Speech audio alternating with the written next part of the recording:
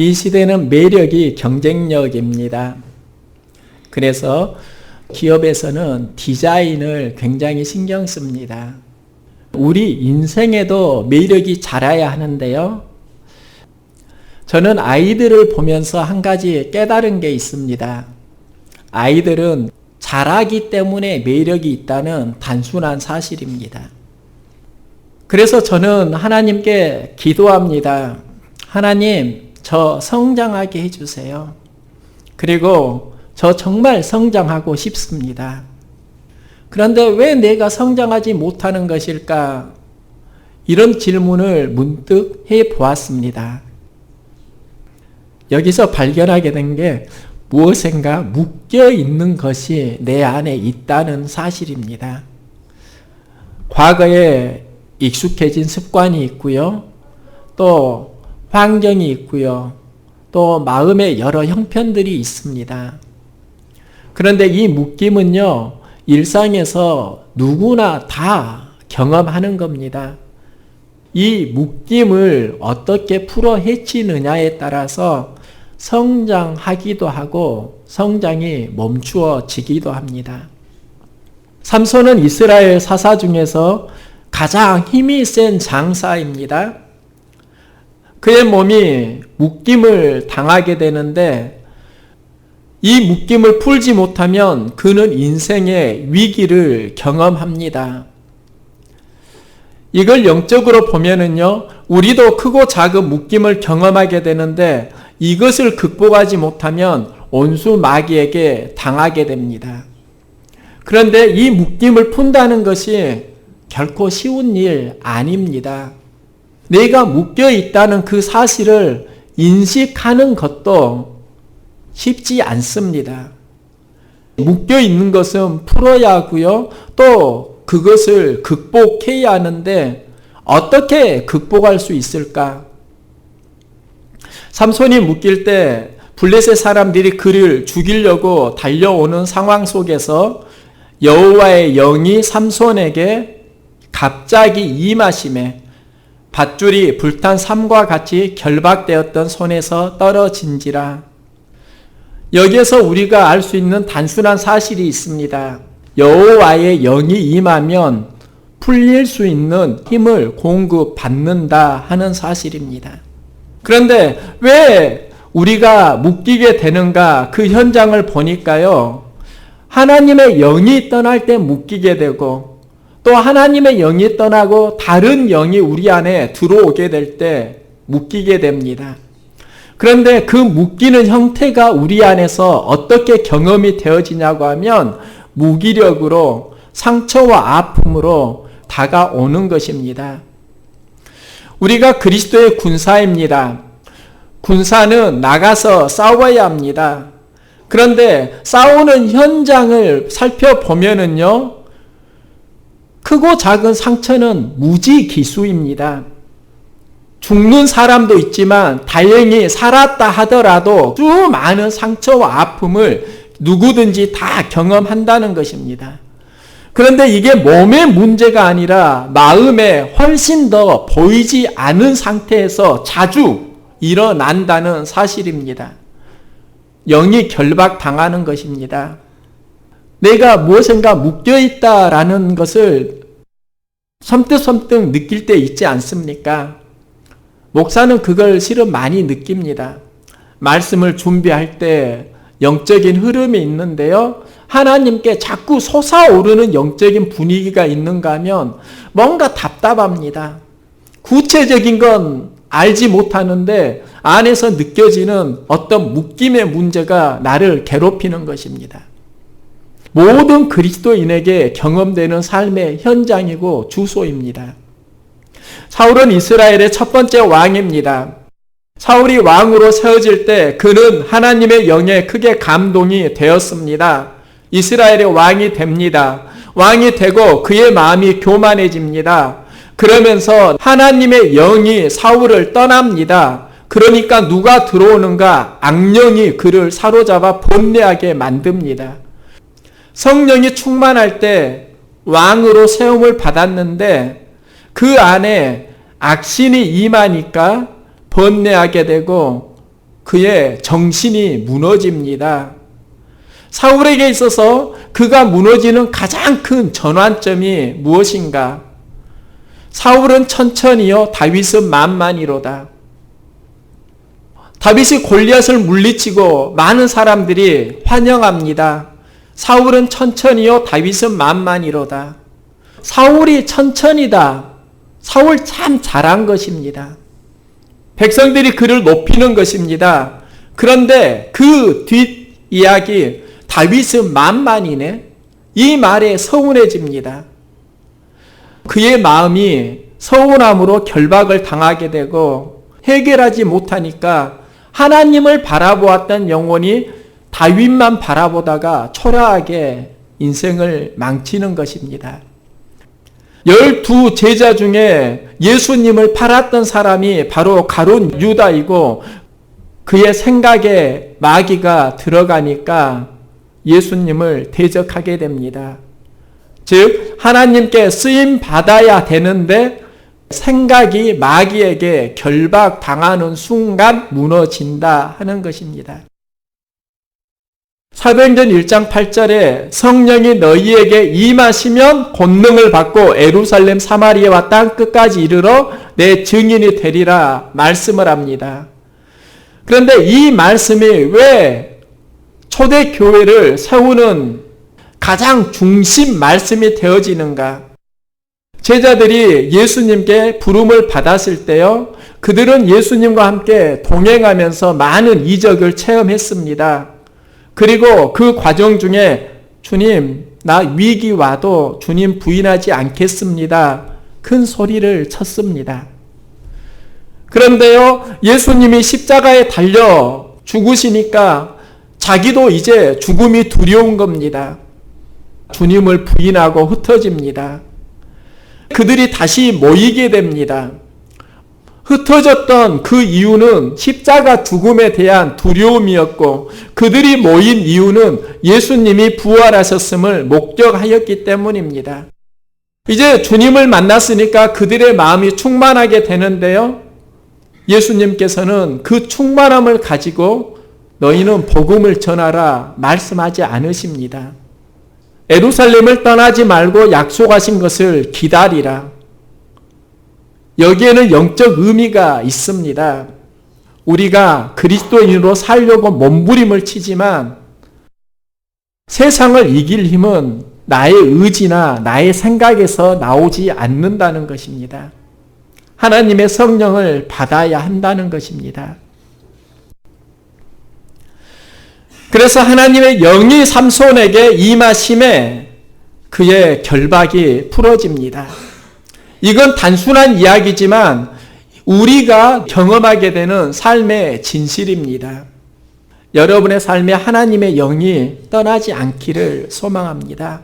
항상 하나님의 영과 친밀한 교제와 사귐을 나누시기 바랍니다. 그런데요, 하나님은 결박을 풀어주셨을 때 무슨 일을 행하시는가? 블레셋이 삼손을 죽이려고 몰려듭니다. 그때 삼손이 나귀의 새 턱뼈를 보고 손으로 내밀어 집어들고 그것으로 블레셋 군사 1000명을 무찌릅니다. 나귀 턱뼈는 싸웠던 삼손의 무기입니다. 하나님께서도 여러분이 위험할 때 도구를 취하기 원하시는데 이 도구가 어디에 있는가?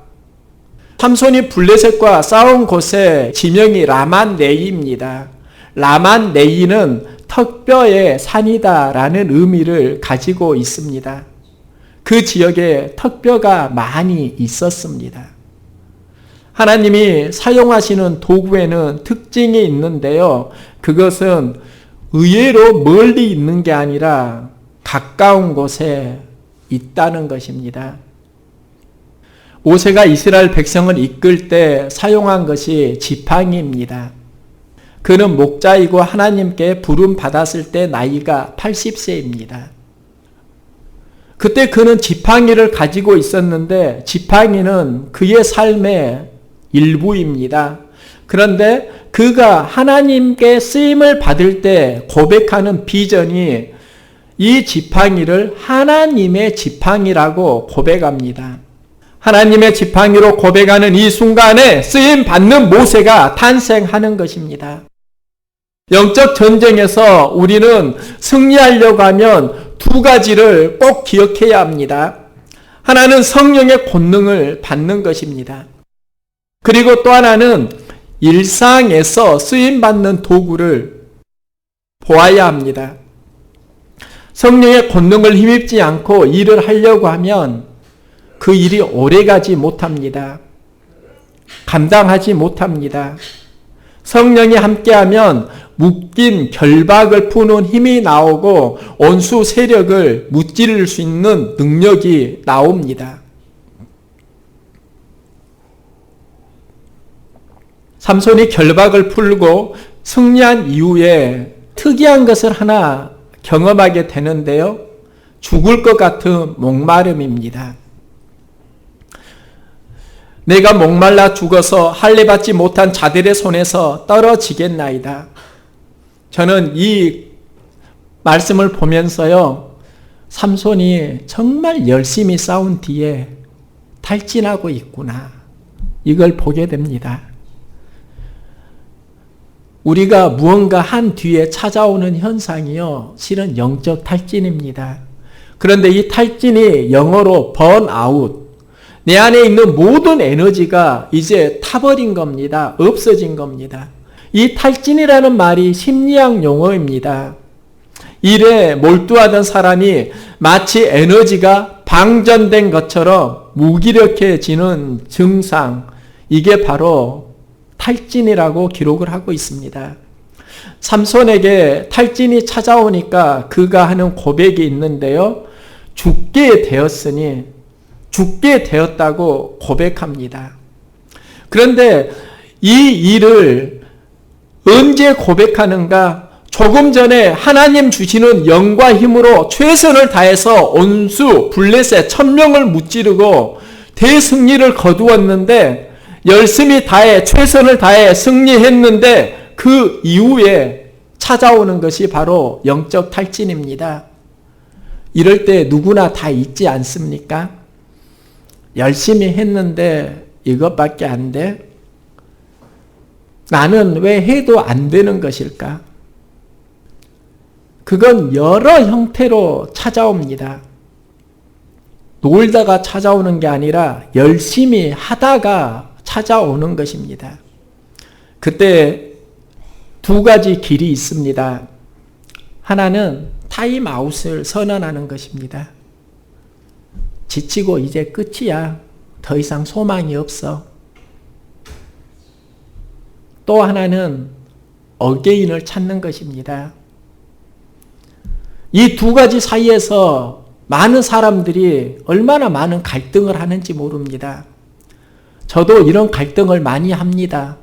뭔가 하려고 하다가 안 되고 안 되는 것이 지속되어지면 제가 안에 은근히 탈진이라는 영적인 손님이 찾아오게 되고, 여기에서 기도하고 다시 일어나는 경우도 있지만 그냥 주저앉고 멈추는 경우도 있습니다. 무엇을 선언하시렵니까? 타임아웃이 아니라 어게인을 다시 경험하시기 바랍니다. 고갈되는 그 현장에서 어게인 선택하는 것입니다.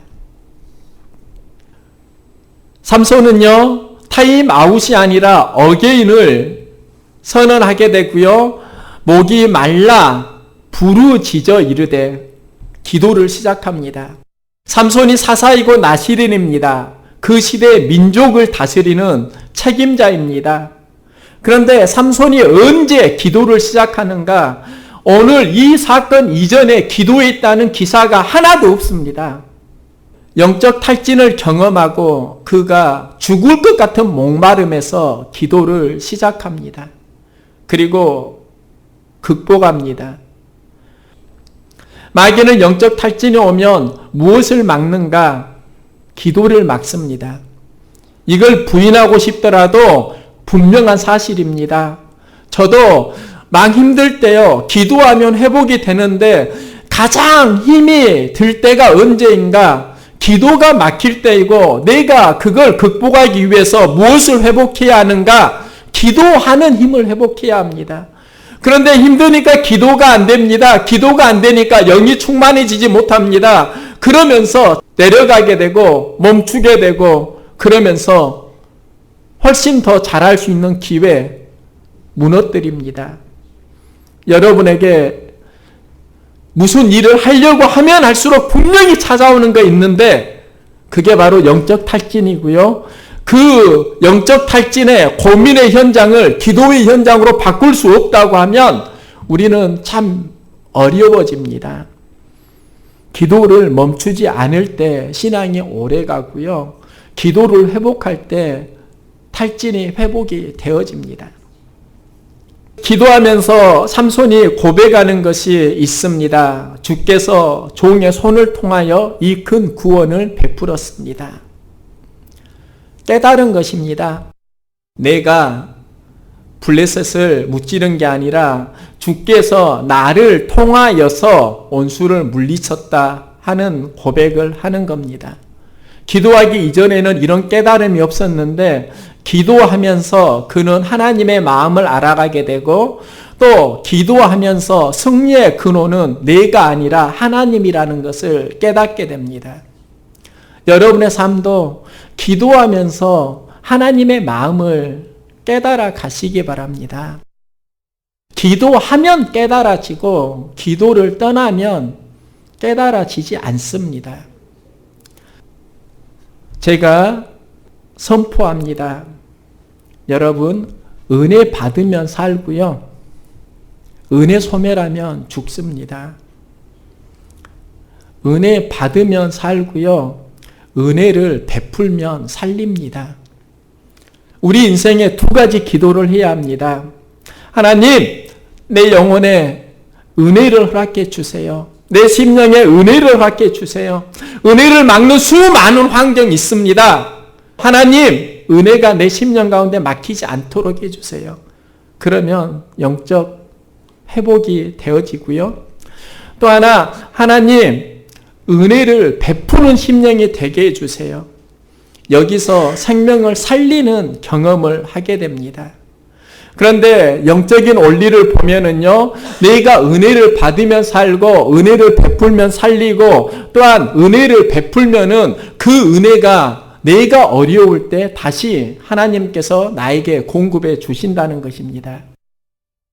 제가 목회를 하면서 좀 아쉬운 부분이 있는데요. 도울 힘이 있었을 때 좀 더 적극적으로 도우는 삶을 살았더라면 그러면은 내가 어려울 때 하나님께서 더 많은 힘을 공급해 주셨을 것인데 이걸 가끔 느낄 때 솔직히 있습니다. 은혜 베풀면 살리고 내가 은혜 받으면 사는 것, 이 두 가지에서 어느 누구도 예외는 없습니다. 하나님께 부르짖고요. 또 하나님이 나에게 주신 은혜를 깨달아갈 때 하나님께서 행하시는 일이 있는데 하나님이 레이에서 한 우묵한 곳을 터뜨리시니 거기서 물이 솟아나오는지라. 하나님이 삼손의 부르짖음을 들으셨습니다. 그리고 레이에서 샘물이 솟아나게 하십니다. 그런데 이 레이가 어디인가 보니까 특별한 곳이 아니라 삼손이 머물러 있던 바로 그 현장입니다. 하나님이 다른 곳을 터치한 게 아니라 삼손이 있는 그 현장을 터치하시고요. 그 현장에서 생수가 솟아납니다. 즉 우리가 살아가는 그 현장에 하나님이 터치하시면 여기에서 나의 필요가 솟아난다는 것입니다. 여기에 생명이 있습니다. 여러분 목마르십니까? 하나님께 기도하십시오. 하나님, 내 목마름을 터치해 주세요. 나의 마음을 터치해 주세요. 나의 심령을 터치해 주세요. 말씀으로 터치해 주세요. 나의 비전을 터치해 주세요. 그러면 그 곳에서 생수가 솟아나는 것입니다. 여러분 힘들 때 기도하시기 바랍니다. 그 기도 제목이 하나님 나를 터치해 주세요. 하나님이 터치하시면 그곳에 물이 솟아나는데요. 그 샘의 이름이 바로 에낙고레입니다. 에낙고레의 현장이 어디인가?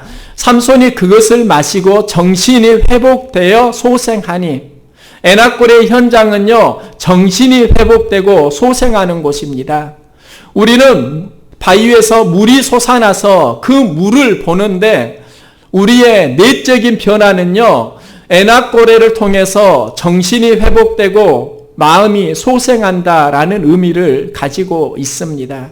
이게 기도 응답입니다. 정신이 회복되고 삶이 소생하는 것. 저도 이런 기도를 자꾸 드리게 되고요. 이런 영적 긴장감이 떨어지게 되면 나타나는 게 있는데요. 삶 속에서 실수가 많아지더라 하는 겁니다. 여러분의 삶 가운데 정신이 회복되고 소생되길 원하시면은요, 기도하십시오. 그럼 이 시대에 하나님이 주시는 생수가 무엇인가? 내가 주는 물을 마시는 자는 영원히 목마르지 아니하리니 내가 주는 물은 그 속에서 영생하도록 솟아나는 샘물이 되리라. 우리 안에 영적인 기갈이 있는데 예수님이 우리에게 영원한 생명수로 오셨다는 것입니다. 그래서 우리가 생수로 오신 예수님을 만나는 그 순간의 영적인 목마름이 극복됩니다. 그리고 예수님을 만나는 그 시간이 예배입니다. 예배에 회복과 소생이 있는 것입니다.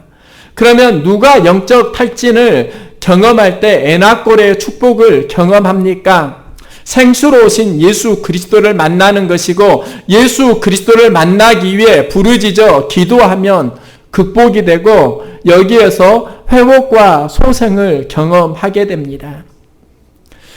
올해 6월 17일에 미국 사우스캐롤라이나주 찰스턴의 한 흑인 교회에서 충격적인 사건이 발생합니다.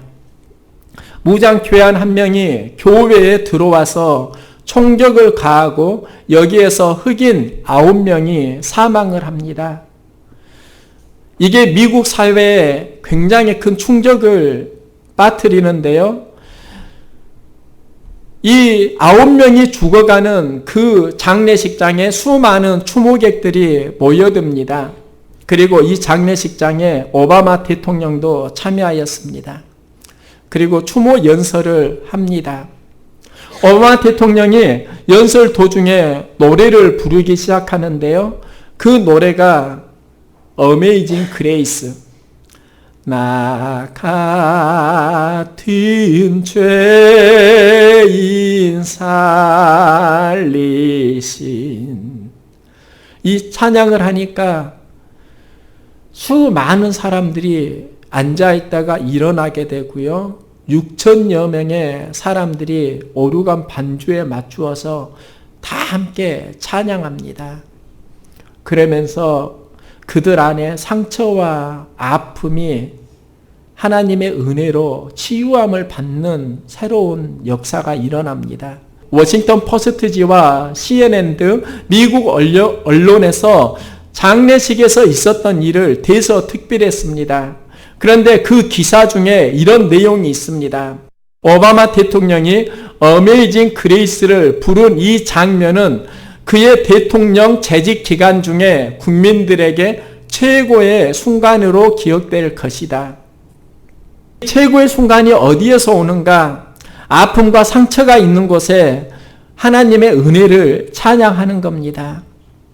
살다 보면은요, 아이러니를 발견하게 되는데 우리 인생 가운데 묶고 있는 많은 부분들이 있고 그 묶는 일들은 멀리 있는 것이 아니라 항상 가까이 일상에 있다는 것입니다.